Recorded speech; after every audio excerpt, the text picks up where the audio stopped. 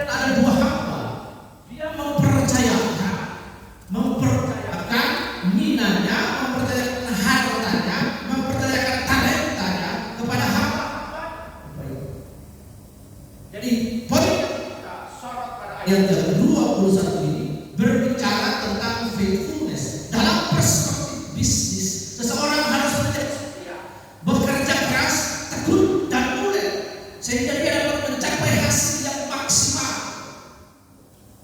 Pada ayat yang ke-26 kita melihat ada suffering, ada penderitaan, the suffering of the Jesus Christ, yang nanti di mana ketika seorang Tuhan, when he facing struggle, problem, situations in his life, difficult situation in his life, there's two choice. Ada dua pilihan dalam hidup. Dia mau tetap setia atau dia mundur ke belakang atau dia lari dalam hidup.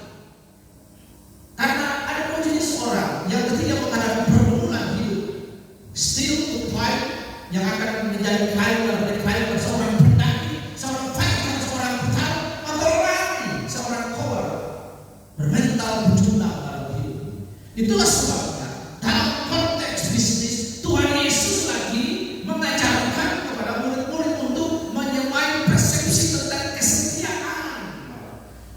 Bapak Ibu perhatikan di dalam diri kita, dalam Kejadian pasal yang pertama ayat yang ke-26, firman Allah berkata, when God was finished, create all the things, create all the facilities for the human, Adam and Eve. Bapak Ibu lihat,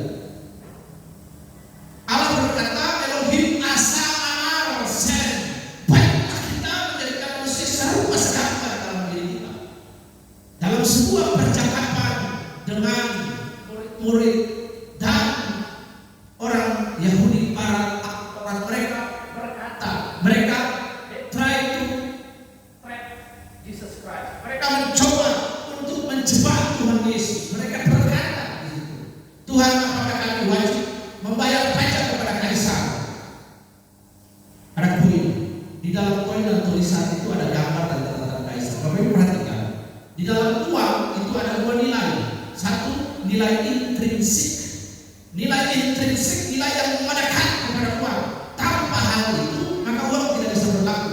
Yaitu tanda tangan dan logo Bank Indonesia atau Gubernur Bank Indonesia, bukan presiden, tapi Gubernur Bank Indonesia. Hebat. Yang kedua, di dalam uang itu ada nilai nominal, nos atau nominal, 100.000, 200.000, 50.000, 10.000, 5.000. Dan yang paling kecil adalah 1.000 rupiah. Koin yang paling kecil lagi 200 rupiah. Itu nilai nominal. Mereka berkata ingin menjebak Yesus. Kalau Yesus jawab salah, maka Yesus akan ditangkap oleh para tentara Romawi. Karena waktu itu yang menjajah Palestina, Israel waktu itu adalah tentara Romawi. Yesus hidup pada era pemerintahan Romawi, Bapak Ibu yang dirahmati oleh kasih karunia. Apa jawab Yesus itu? Bayarlah kepada kaisar apa yang wajib kamu bayar, dan bayarlah kepada Allah apa yang wajib kamu bayar. Mengapa? Karena kita adalah rupa dan gambar Allah. Jadi hidup kita ini sebenarnya adalah kontrak, Bapak Ibu yang dikasih oleh Tuhan. Law business, hukum bisnis menyatakan seseorang diberikan kepercayaan. This is my law, this is my money. Receive it, lapangkanlah itu dalam hidup kita. Nah, di dalam hidup kita ada begitu banyak potensi dan segala potensi di dalam life. Ada potensi dalam hidup kita, Bapak Ibu. Ada talenta yang Allah taruh dalam hidup kita. Mari kita gunakan talenta itu seturut dan kemuliaan Tuhan. Katakan amin. Supaya ketika Tuhan hari pengharapan eskatologi itu, Tuhan yang punya talenta itu berkata, hai hambaku yang setia, aku telah memberikan talenta kepadamu, suara yang bagus, bermain bola yang bagus, mengajar musik yang bagus, segala potensi yang diberikan, hikmat itu dalam diri kita. Apa yang sudah kamu perbuat dengan segala potensi dari put in your life. Bapak Ibu, ini yang penting sekali dalam hidup kita. Dan terlebih lagi Tuhan Yesus mengajarkan tetap setia, still faithful. Karena apa? Nanti di depan pasal 25 itu the suffering of Jesus Christ, akan ada penderitaan. Even the dearest disciple from Jesus Christ was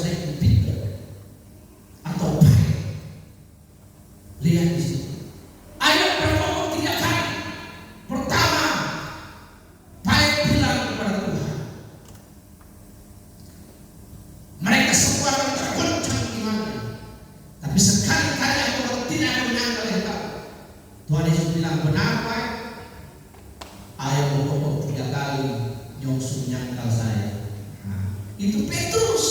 Panggilan Petrus itu kan Peter ya, bahasa Inggris Peter. Panggilan kerennya Pak, lebih keren lagi Pici. Nah, lihat sih. Bapak Ibu yang dikasih oleh Tuhan Yesus.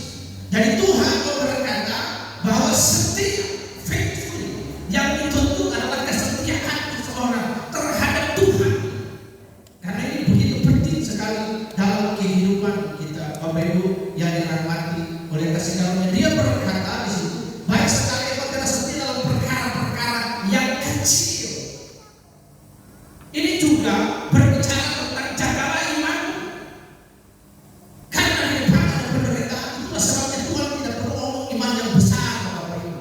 Tuhan berkata, jika engkau punya iman sebesar biji sawi, sama seperti iman orang prajurit Kapernaum. Saya percaya engkau punya otoritas. Katakan bisa disebut kata pasti hambaku telah sembuh dan benar. Untuk iman mencari biji sawi saja untuk orang itu sangat sulit. Apalagi iman yang besar. Karena itu Tuhan mengkontekskan ayat ini. Setialah dengan perkara-perkara yang kecil. Apa yang telah dipercayakan kepadamu lapahan itu. Apa yang telah diberikan kepadamu tetap setia. Ini berarti Alkitab berbicara mengajarkan kita tentang sebuah konsistensi. Katakan konsisten. Lawan dari konsistensi adalah inkonsisten. Artinya tidak setia. Pagi tempe, sore delay. Pagi tempe, sore delay. Jadi berubah. Ini yang Tuhan mengajarkan kepada kita. Karena nanti situasi di depan sana itu ada penganiayaan, ada tantangan. There is a challenge of life. There is still faith in follow Jesus. Atau mereka ragu. Bapak Ibu yang dirahmati oleh kasih karunia Tuhan. Di situ ada kesetiaan. Setelah dia setia dalam perkara yang kecil, maka dia akan mendapat perkara. Ini berbicara tentang hasil. Bapak Ibu. Paulus berkata, seorang petani menanam dan mengharapkan hal yang baik. Seorang prajurit tidak memusikkan hal hanya berkenan kepada komandan. Mana ada prajurit berkata yes atau tidak. Dia hanya berkata siap komandan. Dalam apapun tidak boleh adalah perintah. Mau perintah perang dimanapun maju. Dan kemudian seorang petani tidak memungut sembarangan. Ini berbicara tentang kesetiaan, faithfulness. Bapak Ibu yang dirahmati oleh kasih karunia Tuhan. Dalam ayat ini, Dia akan memberikan kepada kita tanggung jawab yang besar atau perkara yang besar, Bapak Ibu. Karena kalau kita setia dalam perkara-perkara yang kecil, maka kita akan diberikan perkara yang besar. Itu konteks yang pertama bisnis. Yang kedua konteks militer. Bapak Ibu di sini juga konteks militer dalam percakapan ini artinya setia sebagai prajurit, tidak memusingkan dirinya dengan hal apapun. Amin. Iya. Lebih baik pulang bergalang nama atau apa lagunya Pasus. Lebih baik pulang menjadi mayat daripada pulang kalah. Jadi bagi prajurit Kopassus itu adalah mati di muka. Kalau Anda baca prajurit Spartan, motonya prajurit Spartan, die is honor. Mati adalah sebuah kehormatan. Ketika dia berkata kepada prajurit-prajurit yang datang bergabung melawan Raja Persia, ini cerita tentang Raja King Leonidas Sparta yang terkenal di sebuah celah Thermopylae, the World Thermopylae. Ada film di 300. Prajurit yang lain datang, petani-petani mereka bergabung melawan Raja Persia. Dia bertanya, what are profession Arcadia? Mereka menjawab, I'm a farmer, I'm an arms guy. Kemudian dia berkata, saya pandai besi, saya pedagang, saya petani. Kemudian dia berkata kepada prajurit Sparta, what are you profession? Mereka tidak menjawab yes. Mereka mengangkat tombaknya menjadi trembling dan ketokkan menggoyangkan tombak on the ground. They speak on the ground. Ahu. Amin. Batu penjuru. Ahu. Itu prinsip apa itu ya? Jadi konteksnya pada ayat 21 ini Allah setia dalam tugas dan tanggung jawab.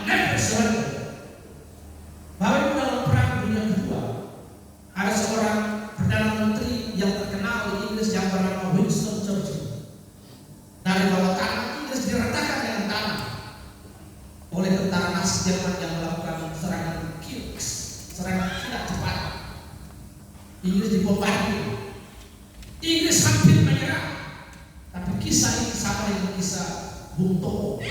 Winston Churchill di bawah tanah, dia mengambil radio dan dia berkata, "The citizen of the British Empire." Iya. Sekalipun even Hitler army they bombing us, never surrender, never surrender. Sekalipun tentara Hitler membombardir kita, jangan pernah menyerah, jangan pernah menyerah. Dengan kalimat yang pendek ini, tentara Inggris dan rakyat Inggris diberikan semangat. Kalau tidak, Inggris hancur, dijajah oleh Hitler. Belanda dijajah oleh Hitler. Semua negara Eropa dijajah oleh Hitler.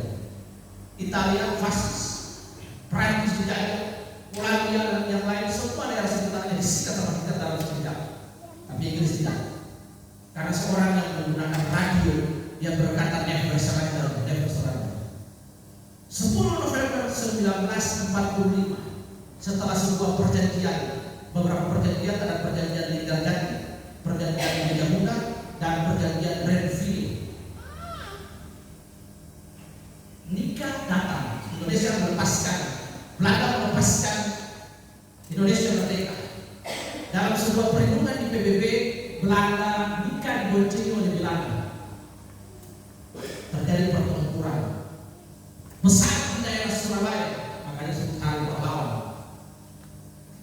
Seorang yang bernama Bung Tomo menggunakan radio dan berkata, "Sekali merdeka, tetap merdeka." Dia mengumandangkan semangat di bawah desingan guru. Ada seorang Maluku, seorang Ambon yang naik di tiang bendera Hotel Yamamoto, dia merobek bendera Belanda. Itu orang ada fakta dan sejarah. Orang Indonesia itu mati di banyak sana. Manado, Papua, NTT mati di sana. Kita mengenal pahlawan sangat banyak di sana. Seorang jenderal pasukan khusus yang bernama Brigadir Jenderal Malabi dari pasukan SAS Inggris mati tewas ditembak oleh para aktor. Kesetiaan dan loyalitas mereka itu yang harus kita belajar. Katakan amin. Karena itu dalam konteks ini Yesus lagi mau mengajarkan kita, you must have a loyalty. Loyal, setia, loyalitas, kesetiaan tanpa batas kepada Tuhan. Katakan amin. Jangan tiba-tiba ada yang cantik, glowing, kinclong, sugi. Hati-hati Bapak Ibu, hati-hati sekali. Yang cantik, yang glowing, yang sugi, tapi online bisa membuat rezeki bila terbobo-bobo. Ya, ada yang tahu ceritanya? Akhirnya rezeki bilang itu memukul siapa? Tahu deh. Iya. Loyalitas itu perlu dalam hidup ini. Bapak Ibu, seorang tentara itu kenapa dididik? Kenapa seragamnya sama? Kenapa seragamnya sama? Nilai value-nya sama, semua sama, seragam selama 9 bulan mereka dididik. Lalu ada satu yang ditanamkan di dalam mereka, yaitu semangat korsa atau jiwa korsa. Semangat sependeritaan, loyalitas itu sebabnya kalau seorang tentara angkatan misalnya Pak sekarang masih tentara angkatan 2002, lalu tiba-tiba 2 tahun ke depan tembus, harus tahun ini tembus, lalu salah satu teman angkatannya dibunuh oleh rakyat atau oleh orang lain, itu mereka akan tahu. Karena seberjuangan, perhatikan Jenderal Kopassus Pucok, loyalitasnya sangat tinggi terhadap kesatuan. Mengajak teman-temannya, ketiga teman seangkatannya, karena apa? Mereka sama-sama merasakan penderitaan, minta kecap di proper, tembak sama-sama di lumpur itu. Latihannya begitu keras sehingga memiliki jiwa persaudaraan yang mengikat mereka. Itu jiwa korsa. Yesus lagi mengajarkan kepada kita untuk memiliki jiwa korsa, setia dengan segala potensi yang Tuhan sudah tahu dalam hidup kita. Ini penting sekali. Karena itu orang Kristen itu harus punya jiwa korsa lebih dari apapun. Setia kepada Tuhan Yesus, setia seperti Tuhan Yesus apakah balasan. Amin. Jangan karena glory, behel, sugi saya terima. Bahaya kan? Ya, tiba-tiba payah berubah. Ya, tidak boleh ya. Nah, itu nanti terkupas. Haleluya. Amin, Bapak Ibu yang dikasih Tuhan.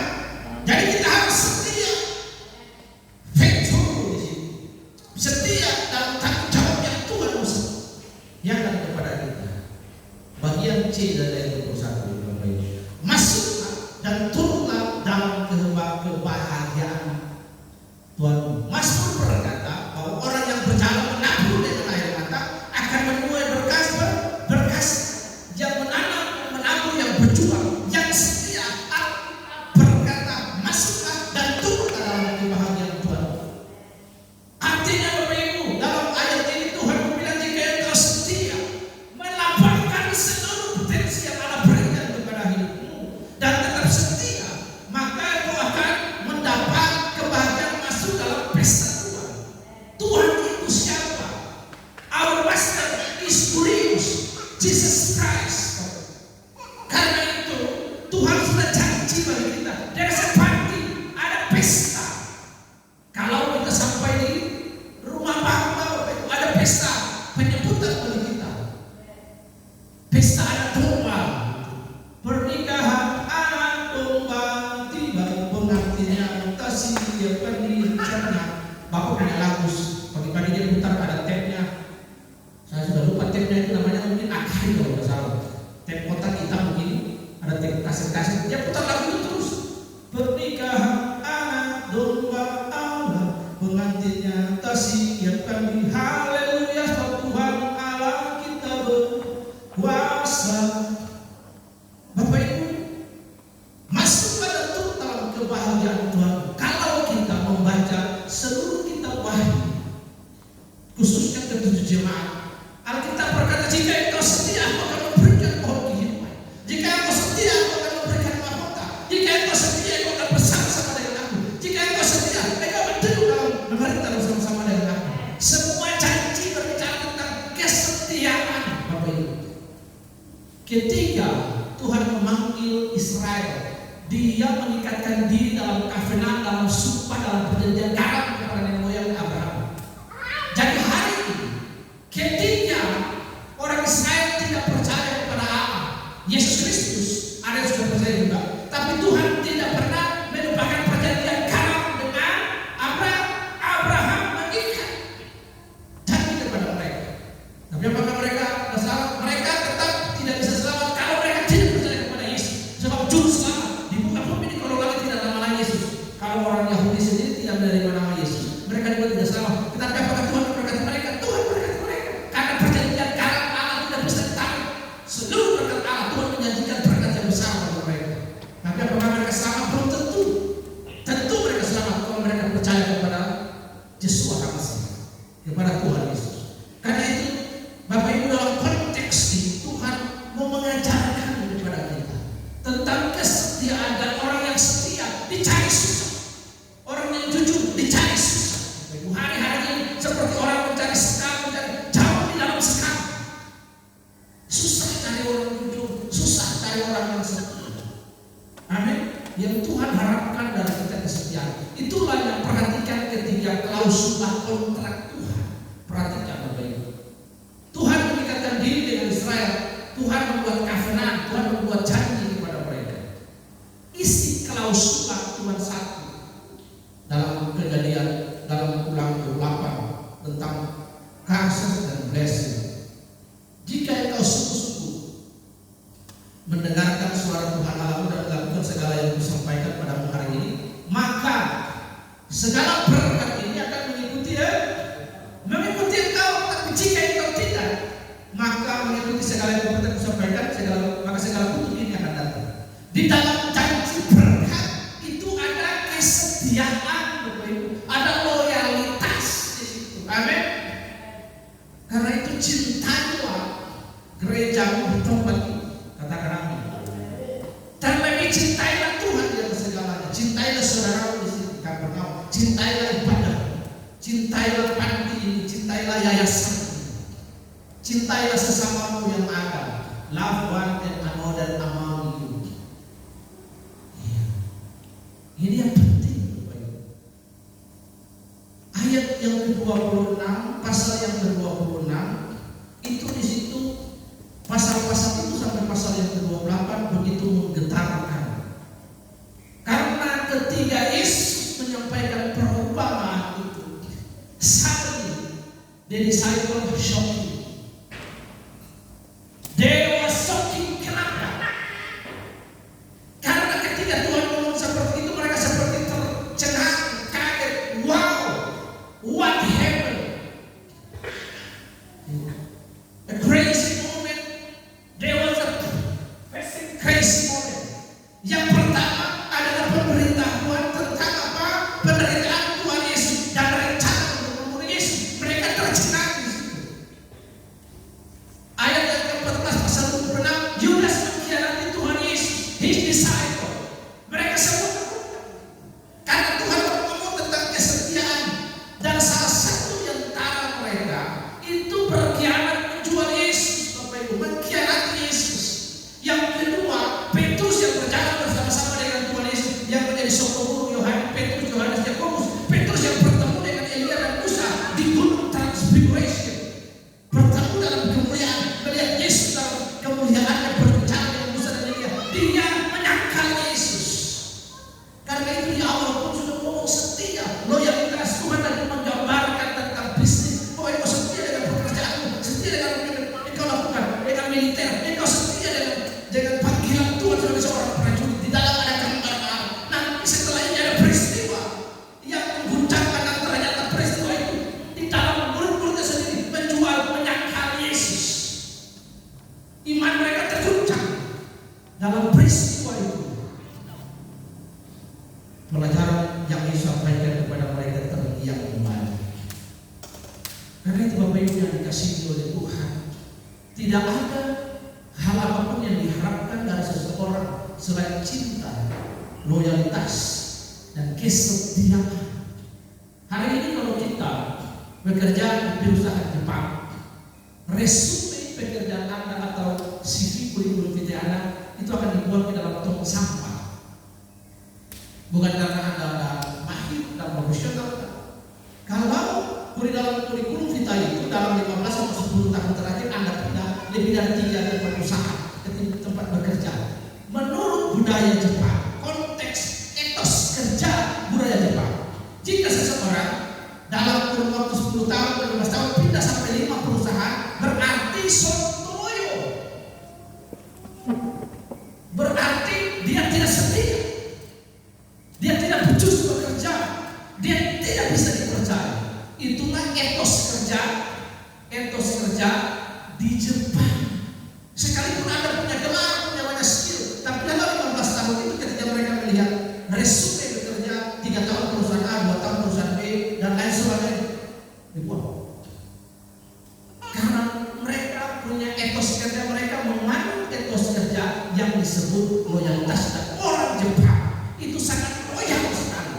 Kalau dia keliru, kalau dia salah, dia melakukan sebuah budaya kuno yang acap kali masih dilakukan sekalipun sudah dilarang, yaitu sebuah budaya haki. Anda tahu budaya haki?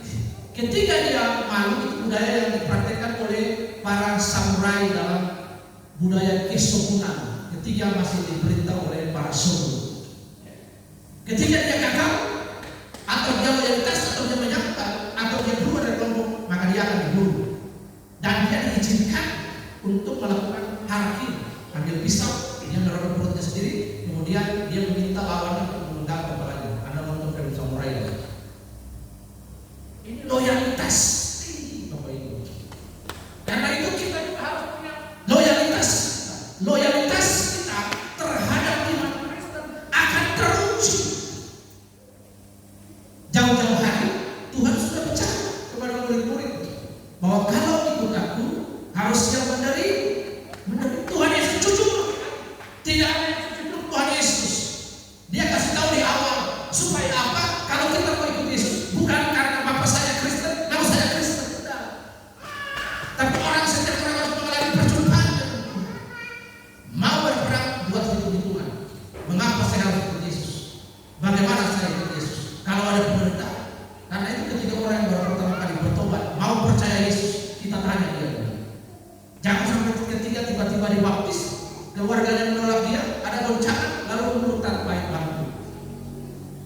Kita tidak boleh.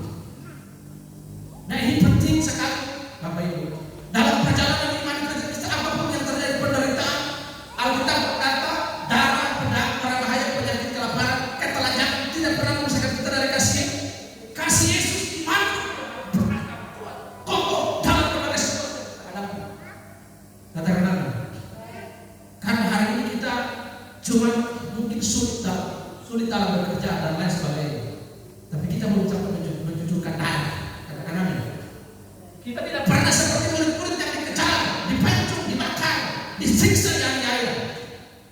Baru sedikit saja sudah bersyukur terlalu banyak. Haleluya. Karena kita bersyukur lebih banyak dari ucapan syukur kita. Katakan amin.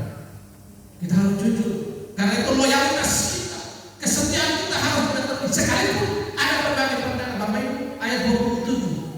Murid-murid terguncang pasal 26 sampai pasal 27 itu berbicara tentang the shocking moment that was facing by his disciples. Sebuah keadaan yang membuat mereka shock. Mereka dua murid menyangka dan menjual Yesus disalib, Mesias mereka yang diperapi, hang on the cross before all the sky. Yesus digantung di atas kayu salib. Persepsi budaya Timur Tengah ketika seseorang disalib adalah kasus tertutup. Muncul pertanyaan di benak pikiran mereka. Bagaimana mungkin Jesus, our teacher, our rabbi, yang menyembuhkan orang, yang memulihkan orang, yang membangkitkan orang, tergantung di atas kayu salib. Percuma kita ikut Yesus. Itu persepsi yang dialami oleh para murid when they shocking the moment shocking. Mereka akhirnya kembali ke mula-mula pekerjaan mereka jadi nelayan. Karena mereka tidak siap. Karena itu kesetiaan loyalitas apapun yang terjadi, malam-malam itu rame-rame lantas. Amin. Puputan barang-barang para prajurit yang dipimpin oleh Brigjen Gusti Kurarai mempertahankan kesetiaan mereka dengan melakukan puputan. Pergilah ke Margarana, kamu nampak dan lihat di sana. Dengan pasukan yang sangat kecil yang bernama Ciwana. Dia mengumpulkan mereka dan dia berkata, puputan Margarana. Bagi orang Bali puputan itu berjuang sampai mati. Harga diri mereka, nyawa berubah. Bagi orang Makassar, orang Nias namanya budaya Sini. Berjuang, bahkan budaya ini konteks itu bisa keliru juga. Tapi saya ambil yang positif, berjuang sama apapun yang terjadi.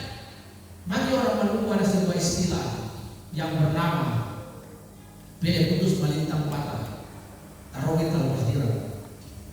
Itu dipakai oleh prajurit 733 masa itu yang legendaris. Apapun yang terjadi, mati di muka, hidup di belakang.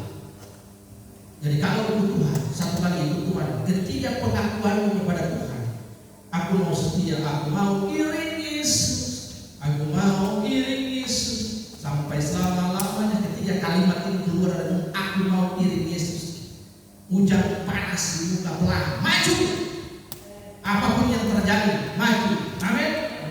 Jangan tiba-tiba Anda menghadapi the shocking moment. Lalu ada orang Bali bilang balik kuri. Apa balik kuri? Ada yang tahu balik kuri?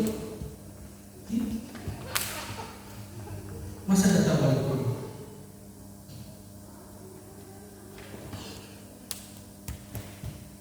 Balik belakang. Akhirnya balik belakang, baik bangku, makan lagi mentahnya. Itu perhatian. Bapak Ibu lihat. Karena itu iman perlu terus didaraskan dalam otak dan pikiran kita menjadi sebuah ideologi yang penting. Jesus ideologi. Sudah mengajarkan supaya jangan penderitaan lalu Anda menyanyi. Sungguh berat beban ini di atas pundaku, tapi janganlah kau ragu. Tuhan berkata, datanglah kepadaku yang berbeban berat, resting in his shoulder. Karena itu kalau ada kebebasan sendiri lemah. Iya. Datanglah kepada Tuhan bawalah segala pergumulan. Alkitab berkata apa? Bawalah kepada Tuhan dalam segala permohonan doa dan ucapan syukur. Ucapan syukur. Karena ini penting sekali bagi kita. Matius ini mengajarkan kita tentang sebuah konsep loyalitas, konsep kesetiaan. Jauh-jauh hari sebelumnya berkata bukan korban bakar yang mungkin tidak, tapi kesetiaan. Untuk menjelaskan konsep setia ini, maka Alkitab mengajar kita, Allah memberikan sebuah pelajaran langsung melalui kisah Nabi Hosea. Nabi Hosea mengajar orang Israel. Tuhan mengajar orang Israel melalui Nabi Hosea. Nabi Hosea disuruh menikahi perempuan saudara, satu bernama Aholibah dan Aholiab. Itu artinya apa? Sebuah pelajaran untuk Israel bahwa Israel menyangkali Allah. Kesetiaan mereka kepada Allah luntur. Kesetiaan mereka kepada Allah pudar. Karena itu kesetiaan kita kepada Allah seharusnya adalah tidak boleh diragukan. Katakanlah Bapak Ibu nonton sebuah film yang berjudul Patriot yang diperankan oleh Mel Gibson. Nonton bagus sekali. Ataukah film Braveheart. Itu bagus. Nontonlah film-film yang berbicara tentang loyalitas, tentang kesetiaan yang akan menginspire kita. Brave to the king, boldness to the king, bold to the king, berani untuk raja. Kesetiaan. Dalam pasal 6 paparan Alkitab memberitahukan kepada kita latar belakang Babel yang adalah sebuah dunia hedonisme dan penyembahan berhala, sebuah dunia modern yang besar di awal